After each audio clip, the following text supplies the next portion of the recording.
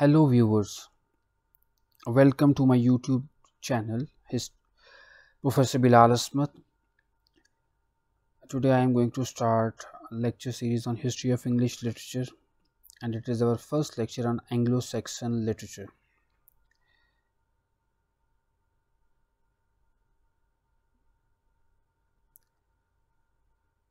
जहाँ तक Anglo-Saxon literature की बात है, ये 1650 से 1066 तक इसका टाइम पीरियड है।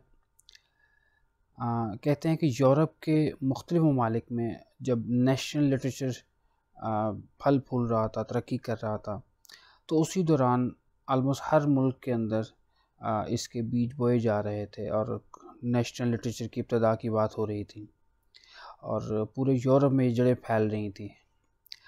चुनांचे एंग्लो सैक्सन कौम जो यहाँ ग़ालिबन 5वीं सदी में आकर आबाद हुई थी, उसके फ़न पारों में भी, उसके अदब पारों में, उसके लिटरेरी ये पीसेस जो उन्होंने लिखे हैं, उनके अंदर भी हमें एक ख़ास किस्म के लिटरेचर की झलक दिखाई देती है। वो रिफ़्लेक्ट होता है उनकी राइटिंग से। जो क्वीन एलिज़ाबेथ के दौर में लिखा गया लिटरेचर था, जहाँ पे आपको जो लिटरेचर है अपने पीक पे नज़र आता है क्रिएटिविटी के हवाले से, और साथ ही उनके अंदर जो नेशनल इंडिविजुअलिटी है उसकी भी ख़ासियत आपको इस लिटरेचर के अंदर नज़र आती है। ताहम जो इंग्लिश लिटरेचर है वो यूरोप के तमाम दूसरे जो अदब है या लिटरेचर है उससे नुमायाँ नज़र आता है। जो एंग्लो सैक्सन कौम है वो दरियाए एल्बी और जो दरियाए ओडर है उसके दरमियान रहने वाली कौम थी, जो जर्मैनिक कौम का कबीला था जिसका नाम हुन था। उस कौम से परेशान होकर जज़ायर बरतानिया में आकर आबाद हो गए थे।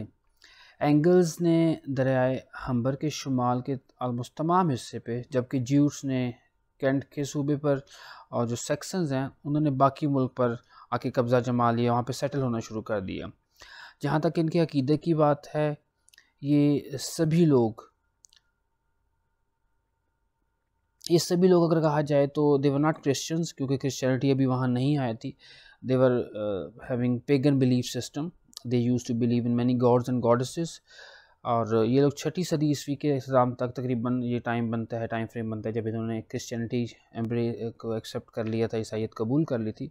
और उनके जो लिटरेरी राइटिंग्स हैं उनके अंदर जहाँ तक हम उनकी बात करते हैं तो तकरीबन 7th सेंचुरी के आखिर तक ये हमें नज़र आता है कि वो लिखे जा चुके थे। इस सेंचुरी का तक जब एंग्लो सैक्सन हैं वो काफ़ी हद तक नुमायाँ हो चुके थे, और उनका जो प्रोफेशन है वो एग्रीकल्चर था, और उनके प्रोफेशन एग्रीकल्चर था। और जो क्रिश्चियनिटी के जो असरात हैं उसने एक अपना अलग ही मकाम जो है पैदा कर लिया था। उसका काफ़ी असर रसूख हमें इनकी राइटिंग्स में नज़र आता है, स्पेशली पॉलिटिकल है, इकोनॉमिक है, एक मॉरल कोड हमें नज़र आता है जो that was influenced by their profession which was agriculture। दूसरा, उनके लिटरेचर पे हमें क्रिश्चियनिटी के असरात नुमायाँ नज़र आते हैं, और उनके लिटरेचर में हमें उस कौम का जो पास्ट है, जो रिमोट पास्ट है, जो जब वो दे वर नॉट लाइक लिटरेट, जहाँ अगर कहा जाए कि ज़माना जाहिलियत, उनके जो कस्टम्स हैं, उनके जो गॉड्स और गॉडेसेस के जो किस्से हैं या उनके नाम मिलते हैं हमें उनके लिटरेचर के अंदर। ताहम ये सब क्रिश्चियनिटी के असरात जब उन पे पड़े तो उससे ये बदल गए या बदल दिए गए। यहाँ तक कि एंग्लो सैक्सन अदब को कहा जाए कि ये क्रिश्चियन लिटरेचर है तो ये गलत ना होगा। इस वक्त हमारे पास एंग्लो सैक्सन लिटरेचर का एक बड़ा ज़ख़ीरा मौजूद है, और इसको इकट्ठा करने वाले लैटिन ज़बान के वो स्कॉलर्स से जो इंग्लैंड के अंदर क्रिश्चियनिटी के फैलने के बाद यहाँ आके रहना शुरू हुए, सेटल हुए। और तकरीबन 597 के अंदर कहते हैं कि सेंट ऑगस्टिन जो रोम से आके कैंट में उसने एक चर्च बनाया जिसको हम कैंटरबरी कैथीड्रल के नाम से जानते हैं। इसका बड़ा नाम आपको सुनने में मिलेगा लिटरेचर के अंदर, जब आप कैंटरबरी टेल्स पढ़ेंगे या आप even murder in the cathedral पढ़ेंगे। तो तकरीबन उसी ज़माने में जो ये प्रीस्ट थे जो ईसाईयत की तबलीग के लिए थे, मतलब इस तरफ आए थे, उन्होंने नॉर्थम्ब्रिया का भी रुख किया। और ये दो बड़े सेंटर्स हैं यहाँ पे क्रिश्चियनिटी जो है ये फैलती हुई, तकरीबन कह सकते हैं कि जो سیکسن لوگ ہیں ان تک پہنچی، اور ایک لیٹن اسکالر تھا، اس کا نام تھا اولڈہم، اور دوسرا جس کا نام بڑا ہمیں سننے کو ملتا ہے ہسٹری کے اندر بیڈ، اور ایک اور ہمیں اسکالرز ملتا ہے اینگلو سیکسن دور کے اندر ایلکیون جس کا نام. یہ 3 ڈفرنٹ لیٹن اسکالرز ہیں جو کرسچینٹی کے پھیلانے میں ان کا بڑا رول ہے، اور انہوں نے ان کے ساتھیوں نے جو لیٹن ہے اس کے جو لٹری اور جو لٹری انٹرپریٹیشن میں یا اس کے میننگ کو اخذ کرنے میں یا اس کو تفصیل لکھنے کے اندر مطلب اس کا نظریہ بنایا، کیونکہ لیٹن زبان سے they were very much familiar. لیکن اینگلو سیکسن کی جتنی بکس یا جتنی رائٹنگز ہم تک پہنچ سکی ہیں، اگر یہ کہا جائے کہ انہوں نے وہ چیزیں چھوڑی ہیں کہ جس کے اندر ریڈلز آپ کو ملتی ہیں، جسے پہیلیاں کہا جاتا ہے. اور آج کے دور کے اندر مختلف قسموں کی ڈفرنٹ پومز ہیں، ڈفرنٹ نظمیں ہیں جو ہم تک پہنچی ہیں، اور یہ جو نظمیں ہیں ان کو واضح طور پہ اگر آپ کہیں تو 2 حصوں میں تقسیم کر سکتے ہیں. جو آپ اگر یہ کہا جائے کہ اینگلو سیکسن پوئٹری کو آپ 2 حصوں میں تقسیم کر سکتے ہیں.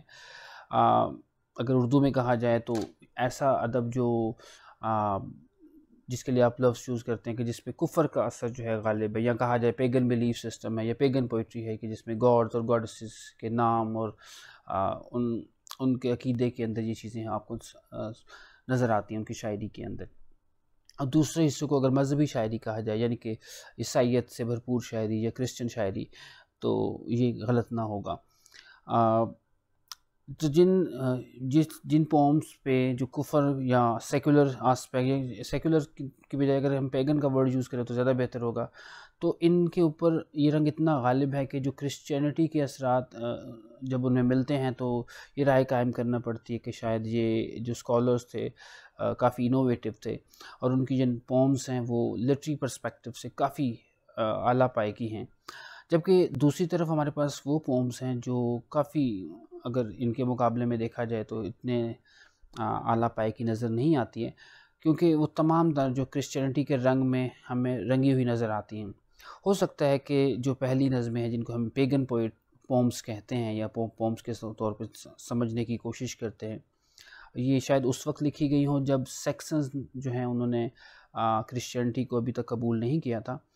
اور یہ بھی ممکن ہے کہ کرسچینٹی قبول کرنے کے بعد ان کے جو رائٹرز ہیں، ان کو جو لکھنے والے ہیں، انہوں نے اپنے فور فادرز کا جو مذہب ہے ان پہ کافی گہرا اثر ان پہ رہ گیا ہو. تاہم یہ رنگ جو ہے ان کی شاعری کے اوپر ہمیں بڑا واضح نظر آتا ہے، اور ان کی نظموں کے اندر جو امیجینیٹیو آسپیکٹ ہے یا امیجینیٹیو کوالٹی ہے اس کے اندر یہ اضافہ کرتا ہوا محسوس ہوتا ہے. اور یہ بھی کہا جا سکتا ہے کہ یہ جو رجحانات ہیں جو ہے اس کے اعتبار سے جو اینگلو سیکسن شاعری ہے وہ زیادہ تر نان کرسچن ہے، پیگن ہے، اور تمام تر جو ہے اگر کہا جائے عیسائی ہے. کہ اینگلو سیکسن شاعری کے اندر آپ کو غیر عیسائی چیزیں بھی ملتی ہیں، نان کرسچن بھی، اور کرسچن آسپیکٹس بھی آپ کو نظر آتے ہیں. تو 2 قسموں میں سے تقسیم کر کے ہم پڑھ سکتے ہیں. تو ہم اگلی ویڈیو کے اندر مزید اس چیز کو ایکسپلور کریں گے کہ جو پیگن پوئٹری ہے وہ کیا ہے، اور جو کرسچن پوئٹری ہے یا ریلیجس پوئٹری ہے اس کے اندر ہمیں کس طرح کے تھیم نظر آتے ہیں. تو thank you very much for watching this video. اگر آپ کو ویڈیو پسند آئی ہو تو پلیز اس کو لائک کیجیے گا اور دوستوں کے ساتھ شیئر کیجیے گا. جو بھی لٹریچر کے اسٹوڈنٹس ہیں انشاءاللہ ایک نئی ویڈیو کے ساتھ آپ حاضر ہوں گے. Thank you very much.